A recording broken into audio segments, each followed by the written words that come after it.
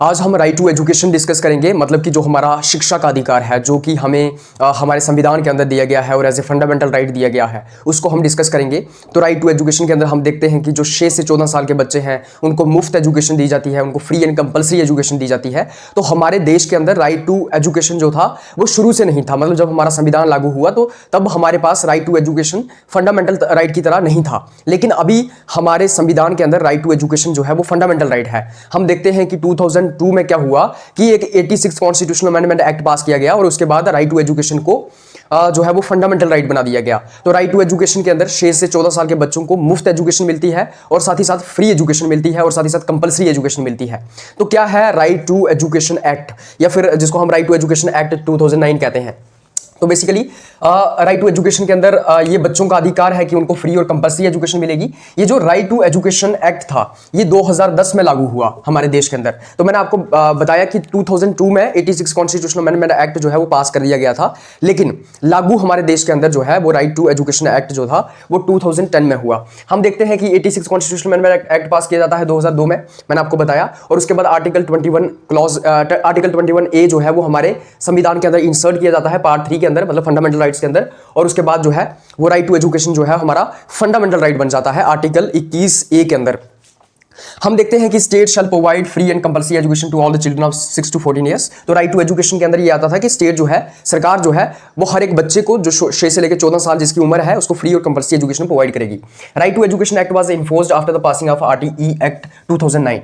तो basically 86 constitutional amendment act of 2002 के तहत हमारे देश के अंदर इसको फंडामेंटल राइट बना दिया गया था। लेकिन लागू कब हुआ हमारे देश के अंदर? तो जब सरकार RTE एक्ट पास करती है, right to education act pass करती है 2009 का, और उसके बाद 2010 में हमारे यहाँ राइट टू एजुकेशन जो है वो लागू हो जाता है पूरे देश के अंदर। उसके बाद हम डिस्कस करते हैं राइट टू इंफॉर्मेशन एक्ट जो 2009 में आया, उसके प्रोविजंस। जो पार्लियामेंट ने right to information act pass किया और 2009 में, और उसको लागू किया गया 2010 में, उसके हम प्रोविजंस डिस्कस करते हैं कि मेन प्रोविजंस उसके क्या थे। तो सबसे पहले इसके अंदर आता था free and compulsory education to the age group of 6 to 14 years of children, मतलब 6 से 14 साल के बच्चों को फ्री और कंपलसरी एजुकेशन प्रोवाइड करनी है। उसके बाद सेकंड आता है obligatory for state to ensure admission, attendance and completion of elementary education of all children 6 to 14 years।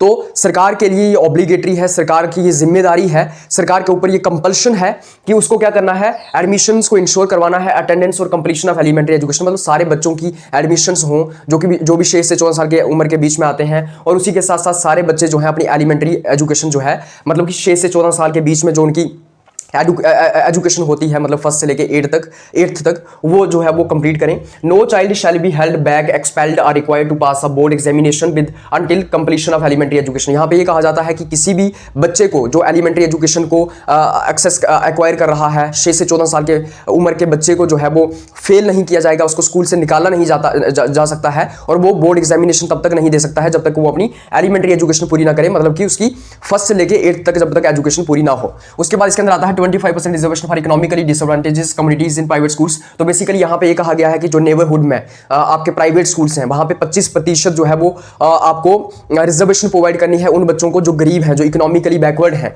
Right. तो यहाँ पे प्राइवेट स्कूल्स के अंदर भी रिजर्वेशन प्रोवाइड करने का प्रोविजन है कि जो आपके आसपास प्राइवेट स्कूल्स हैं, अगर आपको वहाँ पे एडमिशन लेनी है और अगर आप गरीब हो तो वहाँ पे 25% रिजर्वेशन आपको प्रोवाइड की जाएगी प्राइवेट स्कूल्स में, और प्राइवेट स्कूल्स का जो खर्चा होगा वो सरकार उठाएगी, मतलब कि उन बच्चों का। उसके बाद यहाँ पे आता है school infrastructure should be improved in 3 years, otherwise recognition will be cancelled।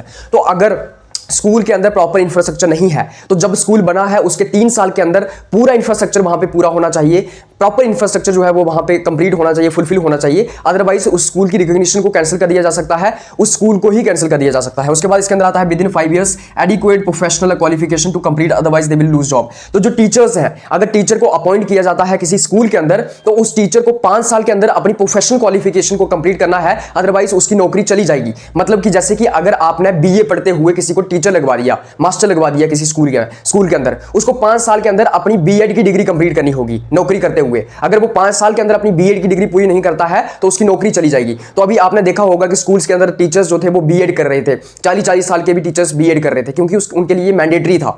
अगर वो 5 साल के अंदर B.Ed की क्वालिफिकेशन को, या फिर जो प्रोफेशनल क्वालिफिकेशन है उनकी जो B.Ed की डिग्री है उसको कंप्लीट नहीं करते हैं टीचर बनने के बाद, तो उनकी नौकरी चली जाएगी। उसके बाद इसके अंदर आता है नो अर्बन रूरल इम्बैलेंस इन टीचर्स पोस्टिंग। तो बेसिकली गांव का और शहर का इंबैलेंस नहीं होना चाहिए टीचर पोस्टिंग के अंदर। मतलब ऐसा नहीं होना चाहिए कि शहर के स्कूलों में ज़्यादा मास्टर लगे हुए हैं, ज़्यादा टीचर्स लगे हुए हैं, और गांव के स्कूलों में कम टीचर्स लगे हुए हैं, कम टीचर्स लगे हुए हैं। तो प्रॉपर बैलेंस मेंटेन होना चाहिए गांव और शहर के स्कूलों के बीच। उसी के साथ साथ राइट टू इन्फॉर्मेशन एक्ट के अंदर कुछ चीज़ों को प्रोहिबिट किया गया है, जैसे कि आप बच्चों की मेंटल हरेसमेंट नहीं कर सकते हो, फिजिकल पनिशमेंट उनको आप नहीं दे सकते हो। तो आप बच्चों को मार नहीं सकते हो, उनको मेंटली हरास नहीं कर सकते हो, और फिजिकली उनको पुनिश नहीं कर सकते हो। तो टीचर्स जो हैं वो बच्चों को बिल्कुल भी पुनिश नहीं कर सकते हैं स्कूल्स के अंदर। और वो बच्चे जो 6 से 14 साल की उम्र के बीच में हैं, फर्स्ट से लेकर 8th के बीच में हैं, उनको आप फिजिकली पुनिश नहीं कर सकते हो, उनको आप मेंटली भी हरास नहीं कर सकते हो। कैपिटेशन फीस, मतलब कि आप कैपिटेशन फीस नहीं ले सकते हो। कैपिटेशन फीस का मतलब क्या होता है कि जितनी गवर्नमेंट ने रेगुलेटरी फीस रखी हुई है उससे ज्यादा फीस आप बच्चों से नहीं ले सकते हो। तो बेसिकली आपको बड़ी मिनिमल फीस बच्चों से लेनी है, और जितनी गवर्नमेंट ने प्रिस्क्राइब्ड की है। उसके बाद screening procedure for the admission of students.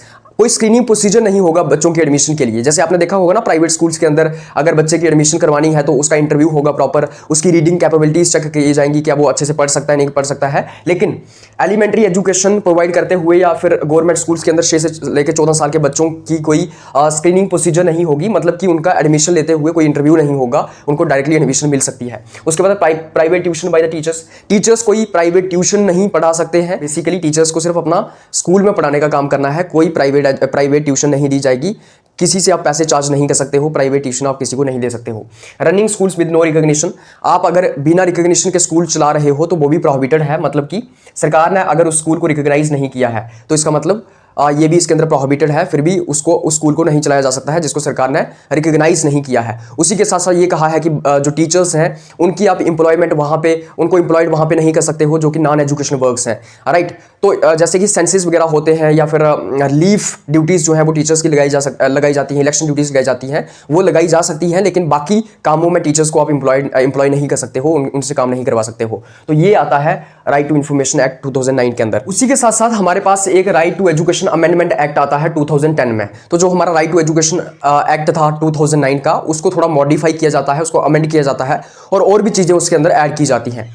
जैसे कि it seek to expand the definition of children belonging to disadvantaged groups to include children with disability. तो बेसिकली जो बच्चे डिसएडवांटेजेस ग्रुप्स में से आते थे उसकी डेफिनेशन को एक्सपैंड करने के लिए, और वो बच्चे जो कि फिजिकली या फिर जो डिसेबल थे उनको भी इसमें ऐड किया जाए इस ग्रुप के अंदर, इसलिए इस एक्ट को लाया गया था। मतलब कि जो बच्चे क्या बोलते डिसेबल हैं, जैसे कि मेंटली इल हैं, सुन नहीं सकते हैं, उसी के साथ साथ जो अंधे हैं, उन सब बच्चों को भी इसके अंदर डाला जाए और उनको भी free and compulsory education provide की जाए।